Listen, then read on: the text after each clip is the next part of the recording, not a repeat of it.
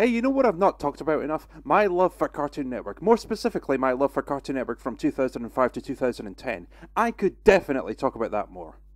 But I'm not gonna. We're looking at Cartoon Network, but we're rewinding to 1999, the on-digital days. Mr. Cleary of Sutton Coldfield, your on-digital set-top box is here waiting. It's absolutely free while you subscribe. Just get down the shops or call on digital on 0808 100 0101 and they'll deliver it. This box will change the way you watch telly forever. It'll entertain you, make you laugh, make you cry. Well, it certainly will if you don't get one. So come on, Mr. Cleary. I couldn't bear to see a grown man weep. Your free on-digital set-top box is waiting for you. To have it delivered, call 0808 100 0101 or get down to your electrical retailer now. So for those not in the know, On Digital was a satellite terrestrial television service, the first of its kind, launched in the UK in 1998.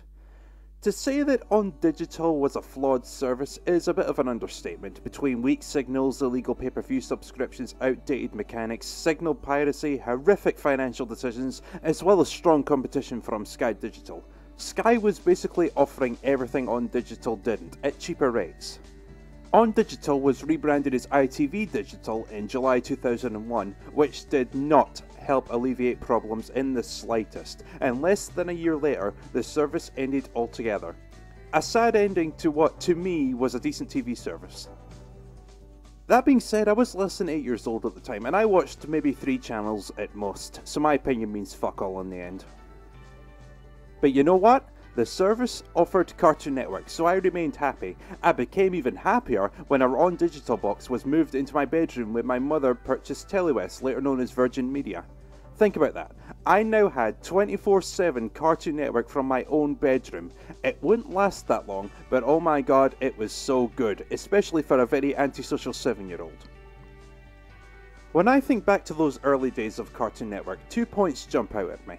The first is Super Chunk. I've talked about this before. Every Sunday, a random cartoon ran for a 2-hour marathon. Johnny Bravo, Flintstones, Powerpuff Girls, Dexter's Laboratory, what have you.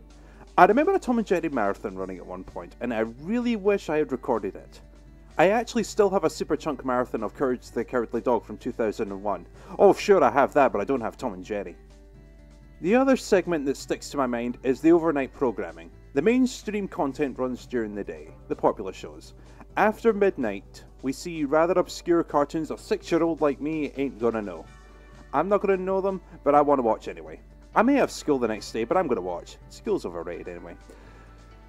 Off the top of my head, between 2 and 5 in the morning, there were 5 cartoons that ran during the night. There was Tabaluga, a weird German cartoon involving a green dragon and an evil snowman known as Arctos.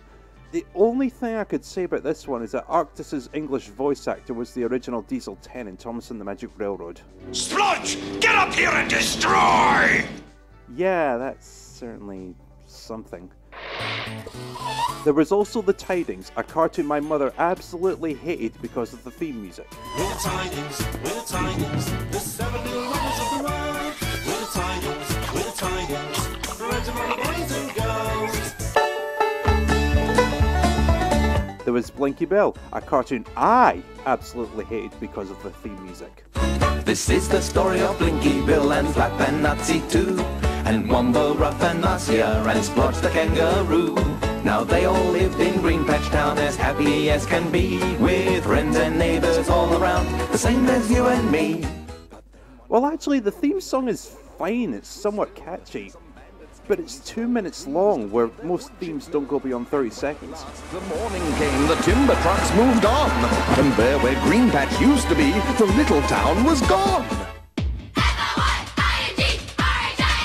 Speaking of theme songs, there's Flying Rhino Junior High, a Recess clone with a horror element and one of the best theme songs in history.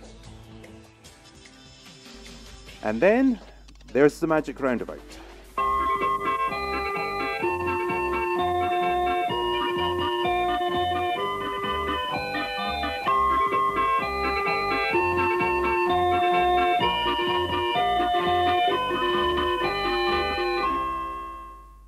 Oh, you watch this show and you're not gonna forget that jingle. Ever. If you're British and you're over the age of 15, you may well know about the Magic Roundabout. You know about Dougal and Florence and Ermintrude and Brian the Snail and Dylan the Stoner Rabbit, and that bouncy one known as Zebedee. It's a classic French cartoon dating all the way back to 1963, eventually being somewhat remade in the UK in 1965.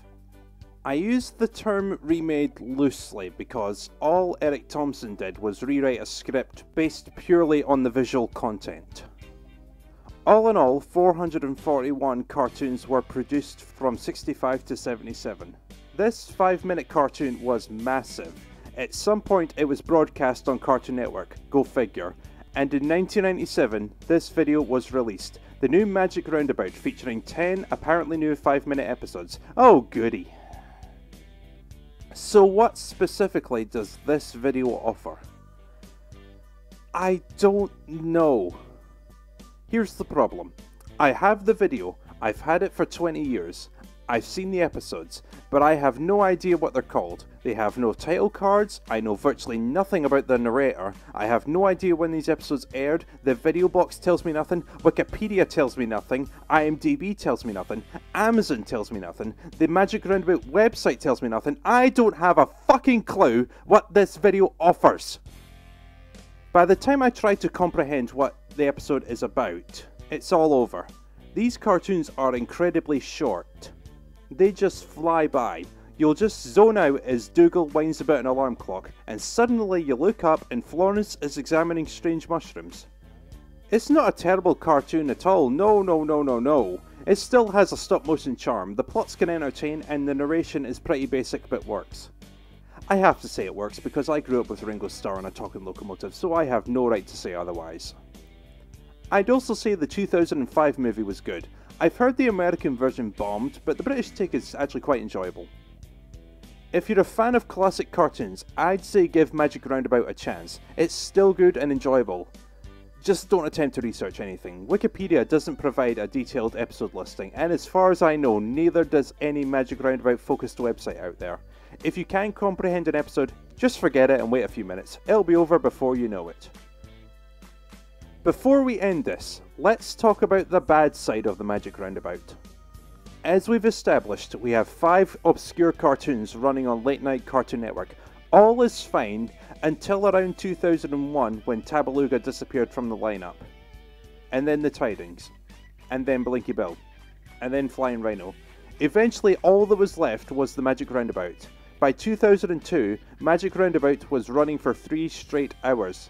At 5 minutes each and no commercial breaks, that adds up to 12 episodes per hour, up to 36 episodes per night. Even if you love the Magic Roundabout, you're going to get sick of that really fast. 3 straight hours. I couldn't even watch Ed, Edd n Eddy for that length of time. I'm a noodlehead and you're not! Oh, who am I kidding? Of course I could.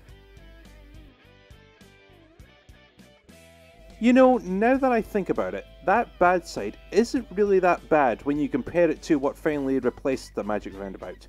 Between Gadget Boy and Magic Roundabout wins 10 times out of 10. Gadget Boy is absolute garbage. In conclusion, Magic Roundabout is really good in short bursts. If you're watching for more than an hour, there's a good chance you'll get bored.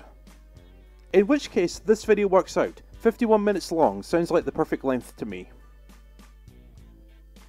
As for that 3-hour nightly lineup, I'm sorry, I don't think that lineup holds up as well as that 2-hour period from 2005 to 2010. It's not even comparable.